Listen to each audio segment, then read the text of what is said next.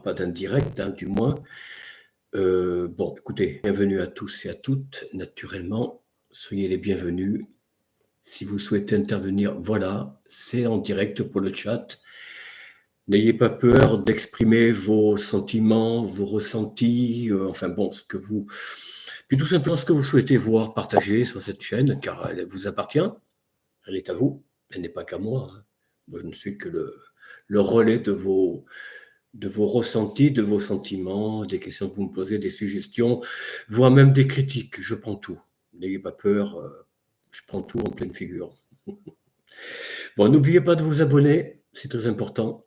Pour ceux qui sont les plus anciens, ils le savent. Pour les autres, abonnez-vous. Pour les plus nouveaux, les plus récents, partagez, partagez, partagez sur vos réseaux sociaux, entre amis, en famille, bien sûr avec les plus grands. Les plus petits, non, faut pas, c'est de la politique. Il y a des histoires médicales, enfin, il y a des contenus médicaux, c'est pas très intéressant. C'est un peu pointu comme sujet, donc c'est pas pour les plus jeunes.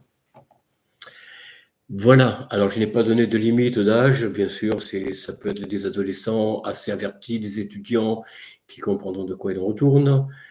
Sinon, les plus âgés, 18 ans, 20 ans, 25 ans, 30 ans, 90 ans, même, j'accepte. Ils sont même les bienvenus pour les plus âgés. Et puis surtout, partagez. Alors, partagez, je l'ai dit, mettez un pouce bleu, très important, mettez un pouce, s'il vous plaît, parce que déjà que les algorithmes YouTube s'affolent un petit peu, limitent les pouces déjà. Alors, plus j'en verrai, plus je serai satisfait. Et je vous en remercie par avance. Et activez bien sûr la clochette qui se trouve quelque part en dessous de la vidéo pour pouvoir recevoir en première les vidéos qui paraissent. Si vous êtes noctambule, voilà, vous pouvez le voir dès l'apparition autour de 0h15, 0h30, 1h du matin, enfin ça dépend. Ça dépend à quelle heure YouTube met la vidéo, pardon. Alors voilà, le sujet d'aujourd'hui. Alors, il y a 3 sujets, mais je ne peux pas vous les mettre en ligne. Malheureusement, je ne sais pas comment faire, les partager. C'est compliqué pour moi. Il s'agit d'abord, on va parler de la variole du singe. Oui, comme je l'ai mis en titre, je crois que vous l'avez, et en commentaire, non pas dans le commentaire, enfin si, un commentaire, mais c'est pas, voilà. Qu'est-ce que je peux vous dire comment je peux partager ce truc? Je ne sais pas. Bon, je ne sais pas. Alors, comment je pourrais avec vous discuter de choses, justement, comme je l'ai dit, c'est pas pour les plus jeunes, c'est pas pour les enfants, puisque les enfants n'apprennent pas la science médicale, la science tout court, encore que la science sans conscience égale nul et avenu, hein. Donc, on va parler un minimum de science ce matin. La variole du singe. Alors, je vais lire pour vous, parce que vous ne pouvez pas le voir, évidemment. Je ne sais pas comment le partager. Alors, la variole du singe, rebaptisée Mpox, pardon, MPOX, Mpox, donc pour apaiser une inquiétude concernant le racisme. Entre guillemets, bien sûr, hein. Et dans la mesure où les connaissances actuelles le permettent de limiter à une très petite partie de la population, les hommes qui ont des relations, voilà, vous voyez de quoi je parle, avec des hommes, voilà, autrement appelés par l'homme ordinaire sans maîtrise en études. Bon, blablabla. Alors, de quoi s'agit-il en fait? Il s'agit de quelques pays d'Afrique, bien sûr. Alors on va me dire, oh Raymond, tu fais du racisme. Mais non. C'est là que s'est développé en premier la maladie Mpox, comme on dit, hein, pour ne pas dire la maladie du singe, la variole du singe. Pourtant, il faut dire les mots, il faut mettre des barres sur les T, des points sur les I. Non, merde, pardon. Alors, cet article traite de quoi? Ben, vous allez sur Zero Edge, et vous regardez assez rapidement parce qu'il change l'information, elle va rapidement, donc l'article peut disparaître d'ici 1 heure ou 2. Donc tâchez de la prendre maintenant dès que vous avez la vidéo. C'est dommage, je ne peux pas la mettre en ligne. Je ne sais pas comment faire. Bon, je ne sais pas. Alors, je le lis un peu pour vous, grosso modo. Hein. Une augmentation des cas Mpox en République démocratique du Congo, RTC. Oui, pardon, excusez-moi. Hein. Je visais l'Afrique. Hein. Oh. Alors, bien sûr, l'article est de Zero Edge, enfin, par Armageddon Prose. Armageddon, A-R-M-A-G-E-D-D-O-N, prose, comme la prose, hein, P-R-O-S-E. Voilà, article de Armageddon Prose. Donc, je lis rapidement l'article. Enfin, bon, qu'est-ce qui se passe? Je l'avais tout à l'heure. Voilà. L'OMS utilise le processus d'inscription sur la liste d'utilisation d'urgence pour aider les États membres qui n'ont pas encore autorisé des vaccins. Tout ça, chers amis, c'est pour fabriquer des vaccins, pour vous soumettre à l'obéissance, à la soumission Big Pharma pseudo-scientifique, pour pouvoir vous prémunir d'une maladie, mais c'est surtout pour diminuer vos barrières immunitaires naturelles, pour les remplacer par des barrières immunitaires biologiques.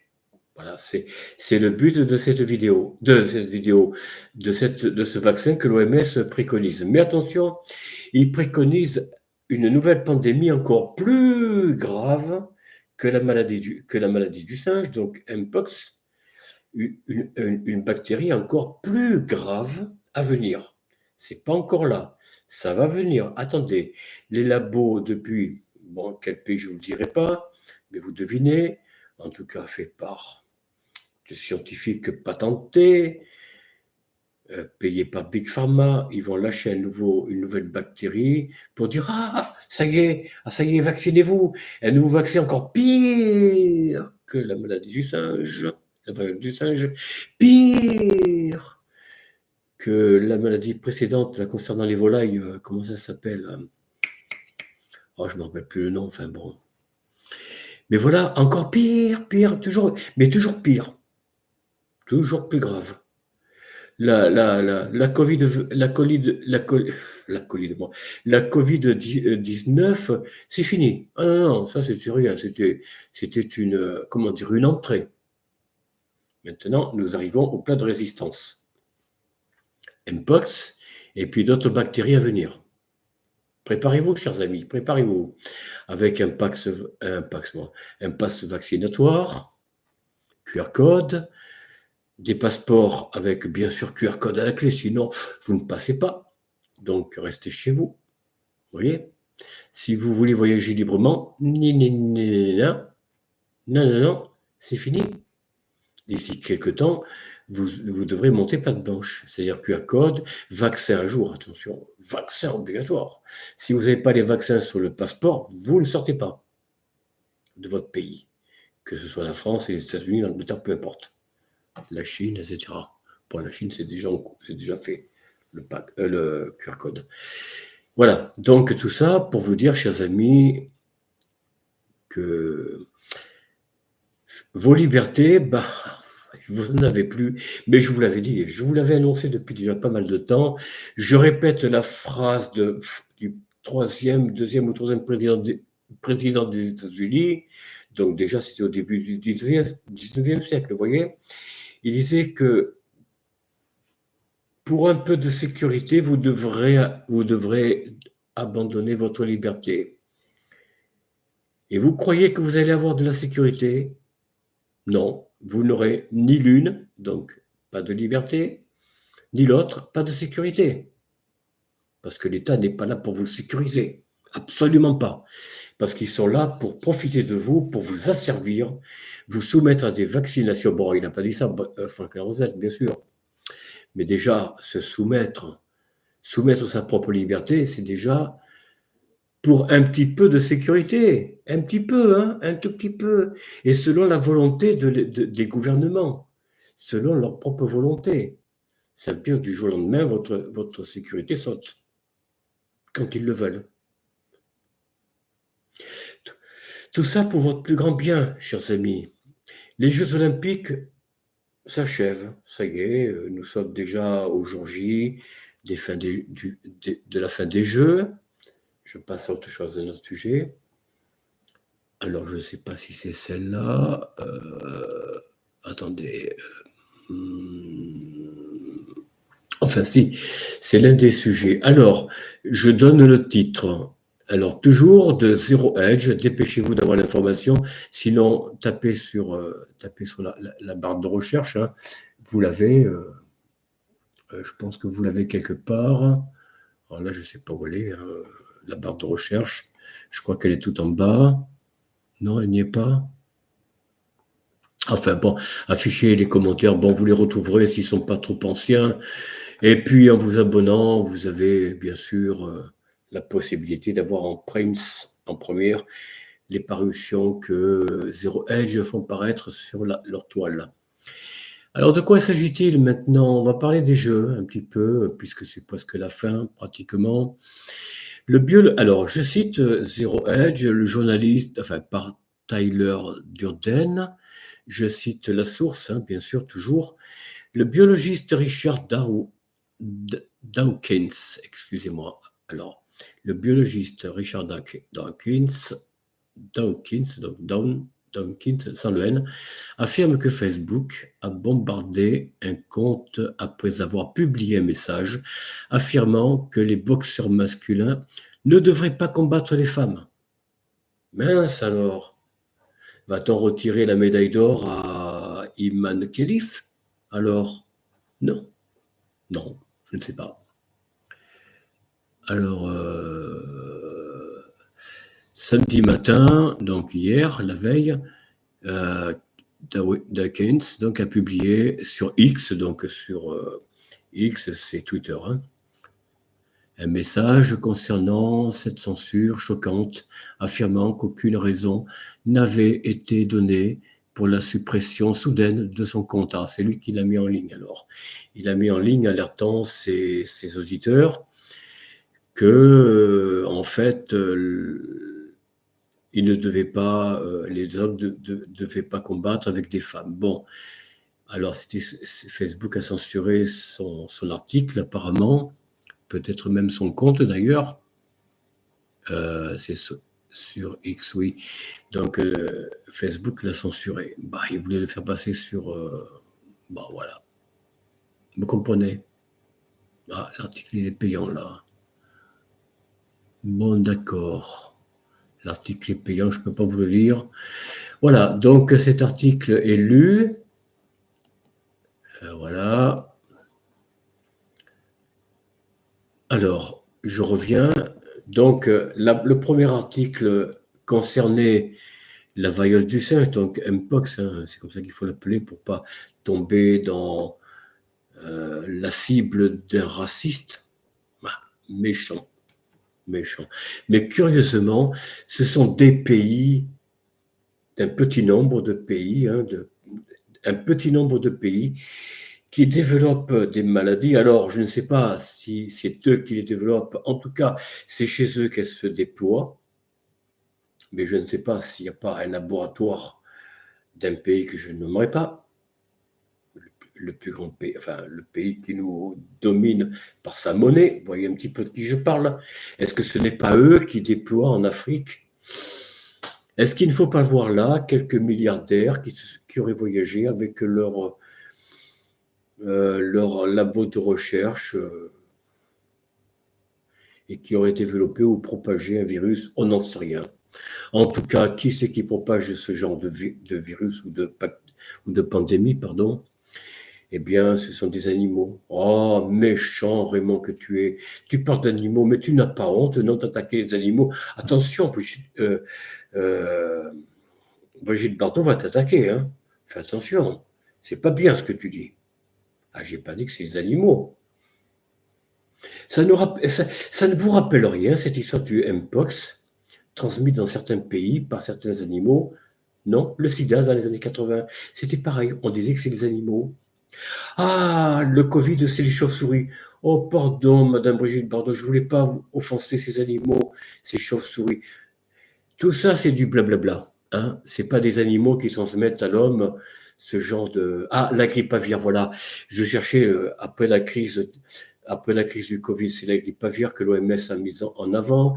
Après, c'est le Mpox, et plus tard, ce sera une autre bactérie qui va se propager.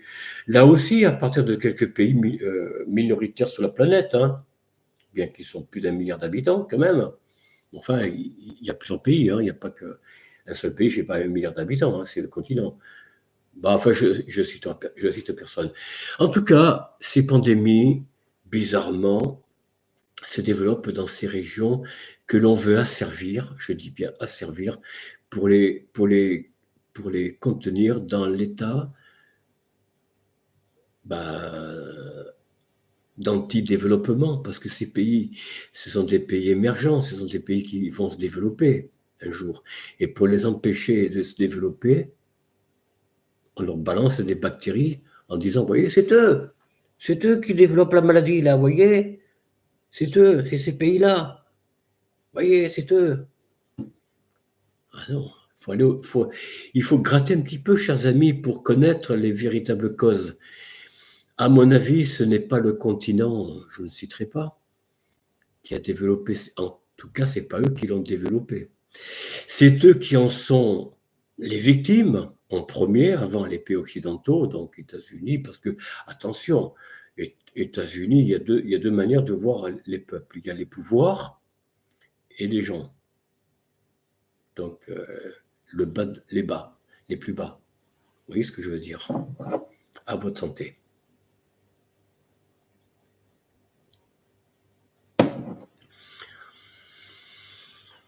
Alors voilà, pour la pandémie.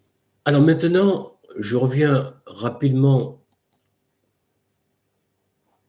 à cette affaire que les hommes ne devraient pas combattre les femmes. Bah, mais ça va de soi. Alors, comme disait Psychodélique hier, Psychodélique, plutôt, Psychodélique, pardon, Psychodélique, il disait, et c'est juste, c'était un raisonnement tout à fait logique, mathématique et implacable, depuis plus de 5000 ans, 6000 ans, 8000 ans, je ne sais pas, depuis quand l'humanité a commencé, hein, les hommes des cavernes, jusqu'à nous aujourd'hui, on s'est développé entre hommes et femmes, depuis toujours, pour avoir une descendance. Alors les scientifiques, selon Psychodélique, un médecin de la CIO, je crois, du CIO, a dit que la science n'a jamais vraiment déterminé le genre masculin du genre féminin ou inversement le genre féminin du genre masculin. Comme vous voulez. Mais alors, depuis plus de 8000 ans, si nous en sommes là avec plus de 7 milliards d'habitants, c'est que la reproduction a toujours fonctionné, c'est que depuis l'origine de l'homme, l'homme a toujours su qui était sa partie contraire pour pouvoir avoir des enfants et une descendance. Non, vous ne trouvez pas? Donc ces scientifiques de la CIO, du CIO, je ne sais pas de quel mouvement sportif, se trompent en disant qu'on ne sait pas. Si, on sait, si. De manière naturelle, de manière sans aucune formation scientifique, on a toujours su ce qu'était l'homme, ce qu'était la femme. Alors arrêtez de raconter des sottises. Arrêtez de nous prendre pour des benets, pour des nunuches. Non, vous ne trouvez pas, chers amis. Dites-moi en commentaire un petit peu ce que vous pensez. Mais réagissez quand même, chers amis. Vous avez l'air timide derrière votre écran. Là, vous êtes en train de voir une vidéo, vous ne réagissez pas. N'ayez pas peur. Je ne mords pas. Personne ne vous mord. Alors maintenant, troisième sujet. Mais là, c'est pareil, je ne peux pas vous le mettre en ligne. Toujours de Zero Edge. Échec des campagnes de peur climatique. La Grande Barrière de Corail enregistre sa 3e année record de croissance des coraux, alors que le GIEC, le groupe scientifique patenté, que tous les pouvoirs se partagent avec un applaudissement sans réserve, disent que oui, si le réchauffement climatique se continue, c'est le fait que les barrières des coraux diminuent. Vous voyez? Et là, c'est le contraire. Un article dit tout le contraire. Alors, rédigé par Chris Monson via le Daily Septic.org. Bref. Alors, Parce que des scientifiques, il y a ceux qui sont officiels, patentés, reconnus par l'OMS et tout ça, et puis il y a les autres qui n'adhèrent pas à la même longueur d'onde que cette doxa officielle, vous voyez. Mais Raymond, c'est des complotistes, non? Ben non, il n'y a pas de complotisme de donner un avis contraire, ça fait partie du débat. Mais on refuse tout débat. C'est fini le débat. Il faut accepter la doxa, sinon vous êtes extrémiste, d'extrême droite, complotiste, etc. Et j'en passe, et des meilleurs. Blablabla, blablabla. Alors, la science nous dit que la GBR est en danger et nous devrions nous laisser guider par la science, a déclaré le professeur Hélène McGregor de l'université de Wollongong, Victoria Gilles de BBC News. Ouais.